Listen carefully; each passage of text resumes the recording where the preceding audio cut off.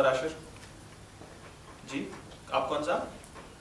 जी वो होम में होंगी, आप सुबह कर लीजिएगा बात। जी आप खुद ही दे दीजिएगा मैसेज, मेरी थोड़ी याददाश्त कमजोर है।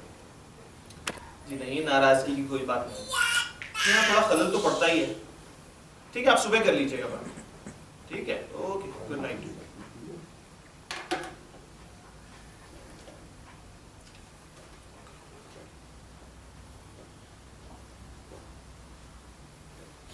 हेलो गीता जी।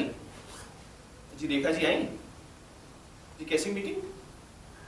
अच्छा आपने मेरा मैसेज दिया था उन्हें, नहीं दे पाई? ठीक है।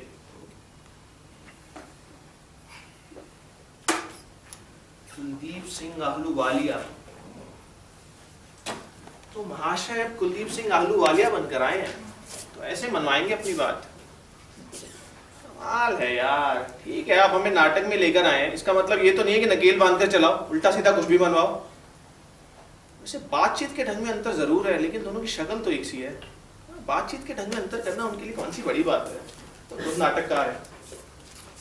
नहीं नहीं, संदेह का कोई प्रश्न ही नहीं, दोनों एक ही हैं। उस दिन आए भी तो थे।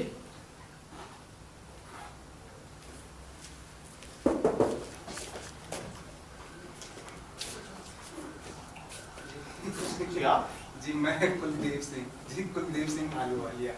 आप तो अरे भाई साहब आइए ना। नमस्कार जी नमस्ते। नमस्कार भाई साहब, आइए बैठिए, बैठिए ना भाई साहब। जी बैठिए बैठिए, आप लोग भी बैठिए। आपका ही घर है, बैठो। जी इधर होम में आया था तो सोचा आप लोगों को दर्शन देता जाऊं।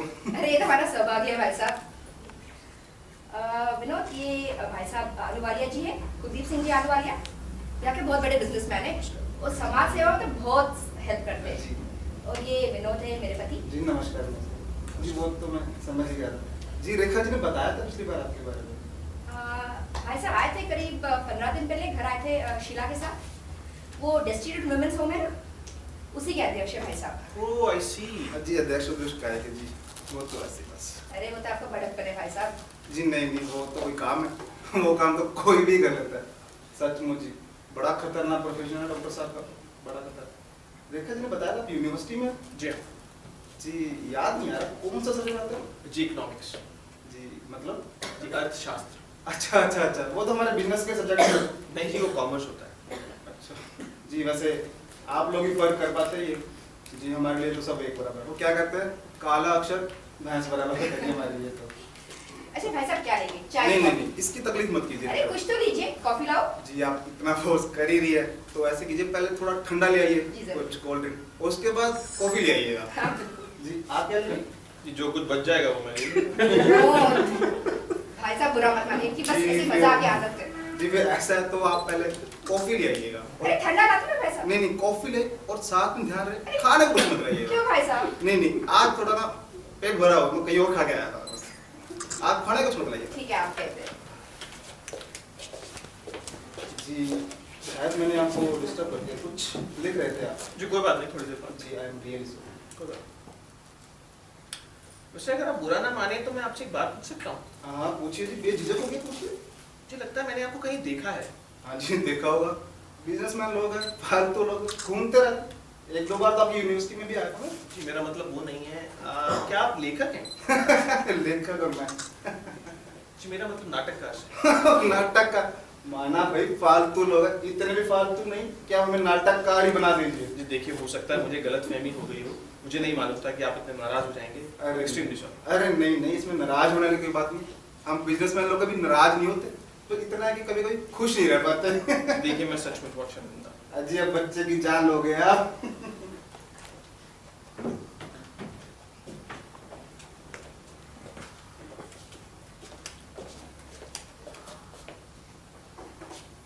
आप लोग इतने गुमसुम क्यों बैठे हो?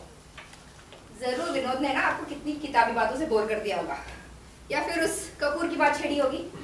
जी कपूर? कौन हाँ, कपूर? है इनके डिपार्टमेंट में, इन्हीं के कंपटीशन में। जी मुझे तो बड़े इंटरेस्टिंग इंसान लग रहे हैं विनोद साहब। अच्छा, आप ही के मुंह से सुन रही हैं भाई साहब, वरना इनकी दिलचस्पी तो बस नीरस किताबों में ही रहती है। अरे लीजिए ना, कॉफी कर लीजिए। जी वैसे एक बात है जी, थैंक यू जी, वैसे एक किताब है जी, थैंक यू। किताबों की जो दुनिया होती है वो भी जन्नत होती है, वो हम लोगों की किस्मत नहीं, वो तो सिर्फ डॉक्टर साहब की किस्मत में ही है वो तो। अरे भाई साहब, मैं तो कहती हूँ आपका बिजनेस से ज्यादा अच्छा है। ये भी कोई जिंदगी दिन भर किताबों में उलझे रहो। जी वैसे वो तो अपने अपने दिलचस्पी की बात होती है। हाँ, अपनी अपनी, दूसरों की दिलचस्पी से किसी को क्या लेना देना। जी वैसे आपका इंटरेस्ट किसमें है? किसी खास चीज में नहीं रहा भाई साहब आजकल। फिर भी समय गुजारने के लिए कुछ ना कुछ तो करती होगी ना आप। समय भी कट ही जाता है। जब बेटा साथ में था तो उसकी देखभाल में टाइम कट जाता था। अब किसी खास चीज में मन नहीं लगता। तो अभी कहाँ है आपका बच्चा? वो शिमला में पढ़ता है, बोर्डिंग स्कूल में। फिर तो बड़ा होगा। नहीं, बस 7 साल का ही होने वाला है। जी बहुत खूब, बड़ा बहादुर बच्चा, छोटी उम्र में अलग रहता है, बहुत खूब। अरे कहा भाई साहब, जब छुट्टियों में घर आता है तो वापस भेजना इतना मुश्किल हो जाता है, आपको क्या बताओ। हाँ वो तो स्वाभाविक ही है, वहाँ कहाँ मिलती है कि उसे माँ की ममता। उसी के लिए नहीं, मेरे लिए भी इतना मुश्किल हो जाता है, बता नहीं सकती। कभी कभी तो लगता है उसे वापस भेजूं ही नहीं, लेकिन इनकी बातों में जो आ जाती हूँ, इसकी भविष्य की भी तो चिंता है ना। जी हाँ वो तो है, भविष्य तो बनाना है बच्चे का, फिर तो बड़ा खर्चा आता होगा आप लोगों की। हमारी इतनी हैसियत का भाई साहब, वो तो कॉम्पिटिटिव एग्जाम्स होती है, उसमें स्कॉलरशिप मिल गई बस। जी बड़ा होनहार बच्चा वो तो, फिर तो आपके कोई झंझट ही नहीं है। जी आई एम सॉरी, मैं आपके निजी जीवन में दिलचस्पी दिखा रहा हूँ। जी कोई बात नहीं। जी I am ऐसी really भी sorry. कौन सी दिलचस्पी ले ली भाई साहब। जी really sorry. बस मुझ में ना एक यही खराब आदत है, मैं झट से इनफॉर्मल हो जाता हूँ। जी जो लोग करीबी होते हैं उनके बारे में जानने की इच्छा होती है, और रेखा जी तो भाई की तरह मानती है, तो फिर इनके जीवन के बारे में जानने की इच्छा हुई। इतना क्यों संकोच कर रहे हैं भाई साहब really आप? sorry. जी वैसे एक बात पूछना चाहता हूँ आपसे। जी आप जैसी कुशल महिला घर पे बैठी रहे, ये सही नहीं है। घर पे नहीं बैठूं तो और क्या करूं, नौकरी कर नहीं सकती। विनोद साहब को पसंद नहीं है, वो करने को रखा क्या है फिर। हाँ वैसे सही कहते हैं डॉक्टर साहब, आपको नौकरी की जरूरत भी क्या है? आखिर आप भी मर्द ही निकले ना भाई साहब। अरे भाई आज तो आप बड़े अलग सुर में बोल रही हैं। मजाक नहीं भाई साहब, सच में मुझे भी लगता है कि मैं भी नौकरी करूं, ये करियर होता क्या है उसे महसूस करूं। जी ये तो बहुत अच्छी बात है, अगर आप नौकरी करना चाहते हैं। मैं तो कहता हूँ आप समाज सेवा क्यों नहीं ज्वाइन कर रहे हैं? आप क्या सोचती है कि नौकरी में ब्राइट फ्यूचर है? मैं अपने पर्सनल एक्सपीरियंस के आधार पर कह सकता हूँ, समाज सेवा में जितना ब्राइट फ्यूचर है उतना कहीं नहीं है। और समाज सेवा में तो डॉक्टर साहब को भी एतराज भी नहीं होगा। जी नहीं, मुझे कोई एतराज नहीं, वैसे भी मैंने इन्हें कभी किसी काम के लिए नहीं रोका। अच्छा, नहीं रोका कभी? अरे जी चलो छोड़ो छोड़ो छोड़ो, पहले की बातें छोड़ो, अब आप क्या सोचती है? सोचूंगी भाई साहब। अरे भाई इसमें सोचना क्या, आपने कहा मुझे कैरियर बनाना है, मैंने आपको क्षेत्र बता दिया, और इसमें तो हम आपकी आगे भी मदद कर सकते हैं। एक्चुअली मुझे ये भी नहीं पता कि समाज सेवा में करना क्या होता है। ये क्वेश्चन आपने क्या किया ना, शर्मिंदा कर दिया हमें, क्योंकि इसमें किसी भी विशेष डिग्री की आवश्यकता नहीं होती। ठीक है जी, हमारे डेस्टिट्यूट वीमेंस होम है, आपको महिलाओं के साथ कार्य अकादमी में लगा देंगे। आने वाले अप्रैल महीने में इलेक्शन है, तो कोई ना कोई पद भी दिलवा देंगे आपको, और जब तक तो आप काम करना भी सीख जाएगी, ये आपके लिए सही रहेगा। जी वैसे अब मेरे को चलना चाहिए, बातों बातों में काफी टाइम बैठ गया मैं यहाँ पे। ठीक है, वैसे ये आपके लिए सही रहेगा, आप समाज सेवा ज्वाइन कर लीजिए। ठीक है रेखा जी, नमस्ते भाई साहब, आइएगा भाई हाँ साहब। जी हाँ जी, ठीक है जी।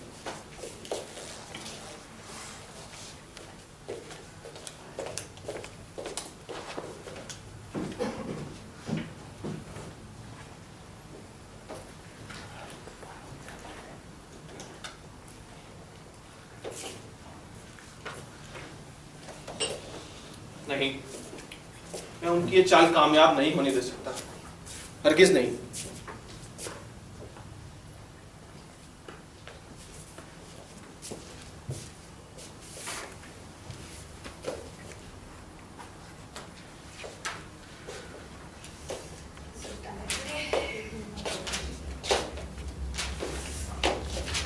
आज तो चूर चूर हो गई।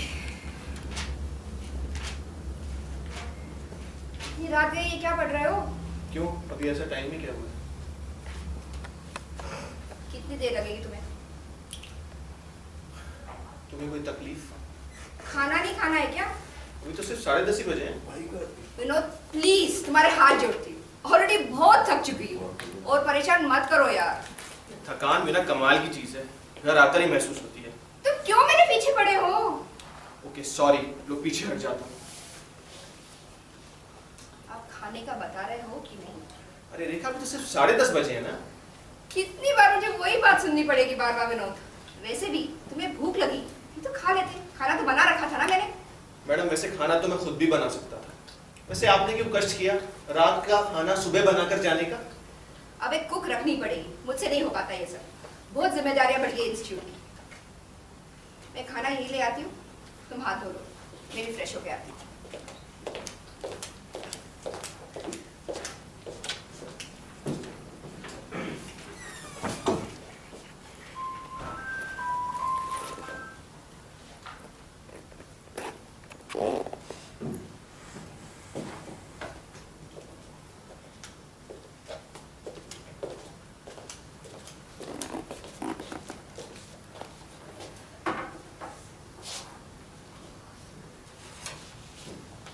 कितने देर तक ऐसे ही बैठे रहोगे?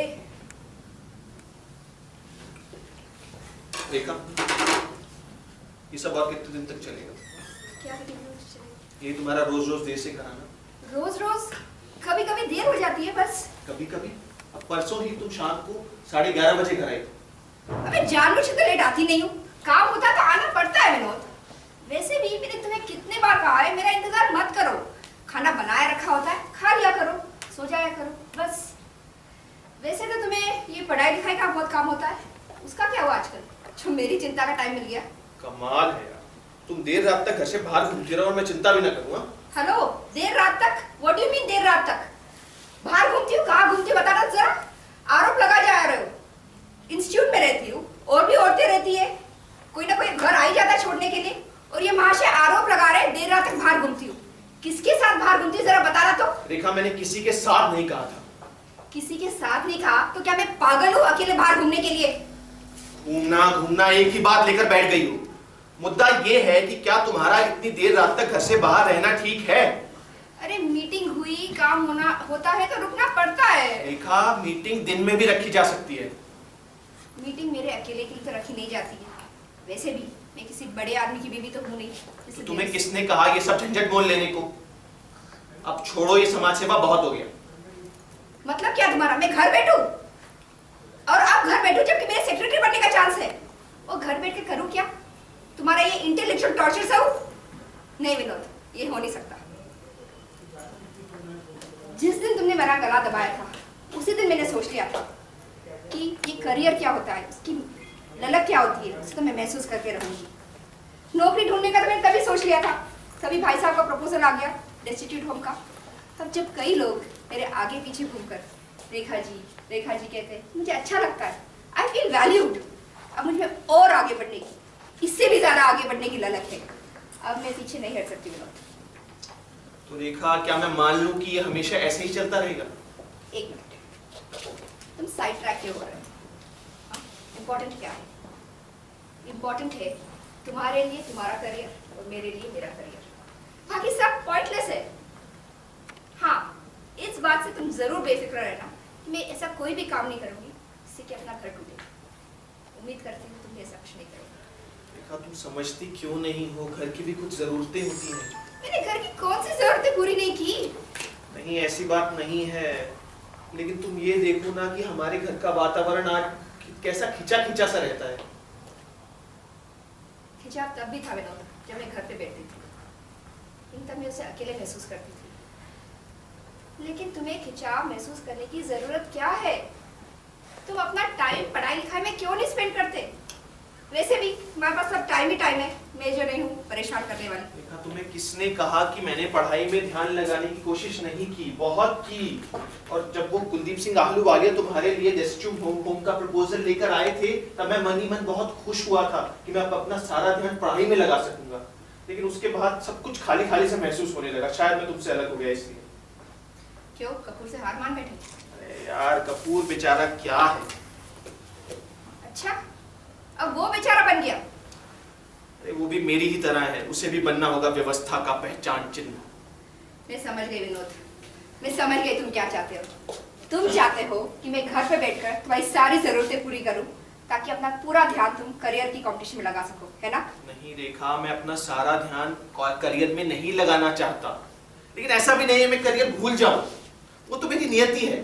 तो ठीक है ना फिर, इसमें मेरी ओर से कौन सी परेशानी है? तुम्हारी ओर से परेशानी कोई नहीं है, लेकिन मैं ये सोचता हूँ कि शायद तुम थोड़ा अलग हटकर सोच पाती। मतलब अपनी महत्वाकांक्षा से अलग हटकर। महत्वाकांक्षा? इससे पहले मेरी कौन सी महत्वाकांक्षा थी? और आज जो है वो किस कारण? नहीं, तुम्हारी नहीं थी, लेकिन मेरी थी। मुझे कहा गया था उसे पागलपन की हद तक पालने को। वे चाहते थे कि मैं बन जाऊं उनकी व्यवस्था का पहचान चिन्ह, प्रतिद्वंदिता का मूल स्वरूप। और जब मैं कमजोर पड़ने लगा तो वे एक दूसरे रूप में आ गए। किस रूप में? कुलदीप सिंह आलूवालिया बनकर। नॉट पॉसिबल, इम्पॉसिबल, ये हो ही नहीं सकता। ये जरूर तुम्हारा कोई भ्रम है विनोद, ये पॉसिबल नहीं है। लेकिन वे भूल गए, कंपटीशन के लिए अकेला आदमी कुछ भी नहीं। कंपटीशन शोषण की मांग करता है, अपने से कमजोर का शोषण, अपने अपनों का शोषण। तुम ये क्या बक रहे हो? मुझे कुछ भी समझ में नहीं आ रहा है। आखिर नाटककार को भाई साहब बनकर आने की जरूरत क्या थी? उन्होंने जो कहना था सीधे सीधे भी तो कह सकते थे। वैसे भी नौकरी करने का, करियर बनाने का निर्णय तो मेरा खुद का था ना। रेखा, काश तुम अपना निर्णय खुद ले पाती। मेरा निर्णय नहीं तो किसका निर्णय था विनोद? भाई साहब के प्रपोजल के पहले ही मैंने नौकरी करने का सोच लिया था। इसमें जरूर तुम्हारी कोई चाल है। तुम चाहते हो कि मैं घर पे बैठकर तुम्हारी देखभाल करूं, है ना? लेकिन ऐसा नहीं हो सकता, क्योंकि आज मेरा भी एक करियर है। तुम्हारे जैसा ये बेजान किताबों का करियर नहीं, एक जिंदा करियर, लोगों के बीचों बीच उभरता करियर। अब मैं पीछे नहीं हट सकती विनोद, हरगिज नहीं। रेखा, तुम समझती क्यों नहीं हो? ये रास्ता हम दोनों को अलग अलग कर देगा। अलग तो हम हो चुके हैं विनोद। तुम्हारा करियर, तुम्हारा कंपटीशन, कभी किसी घोष से तो कभी किसी कपूर से। मैं जब समाज सेवा में नहीं थी ना, तब भी मुझे लगता था तुम मुझसे दूर, कहीं बहुत दूर लंबी रेस में भागे जा रहे हो। तुम्हें मुझसे, अपने बेटे से, बल्कि अपने आप से ज्यादा अपने काम की चिंता लगी रहती थी। लेकिन तब शायद तुम ये अकेलापन महसूस नहीं करते थे, क्योंकि तुम्हें पता था, तुम्हें यह भरोसा था कि किसी भी क्षण तुम मुझे पा सकते हो। लेकिन विनोद, मैं तब बिल्कुल अकेली थी, अपने बेटे से दूर, दूसरे बच्चे की चाहत दबाने को मजबूर। तो क्या दूसरा बच्चा न करने का निर्णय सिर्फ मेरा था? नहीं, पिछले कुछ दिनों से तुम संकेत दे ही रहे हो, क्योंकि अब तुम अकेले हो गए हो। आखिर बेजान किताबें कब तक किसी का साथ देगी? लेकिन मैं अकेली नहीं हूँ, मेरे चारों ओर लोग हैं। सॉरी विनोद, अब मैं दूसरे बच्चे की जल्दी में नहीं हूँ। तो फिर वे जीत गए, उनकी चाल कामयाब हो गई। तुम जकड़ती जा रही हो उनकी व्यवस्था के शिकंजे में। अब तुम बनोगी उनकी व्यवस्था का पहचान चिन्ह, प्रतिद्वंदिता का मूर्त स्वरूप। अब उन्होंने प्रतिद्वंदिता को हमारे बीचों बीच लाकर खड़ा कर दिया। एक हमारे बीचों बीच। अब हमारा प्रेम खत्म, हमारा सुख चैन खत्म, सब कुछ खत्म। लेकिन नहीं, मैं ऐसा नहीं होने दूंगा। मैं उनकी व्यवस्था मिटा दूंगा, सब कुछ जला दूंगा, तहस नहस करने दूंगा। लेकिन मैं तो अकेला हूं, और अकेला होता जा रहा हूं। क्या मैं हमेशा अकेला रहूंगा? मैं हमेशा अकेला ही रहूंगा क्या?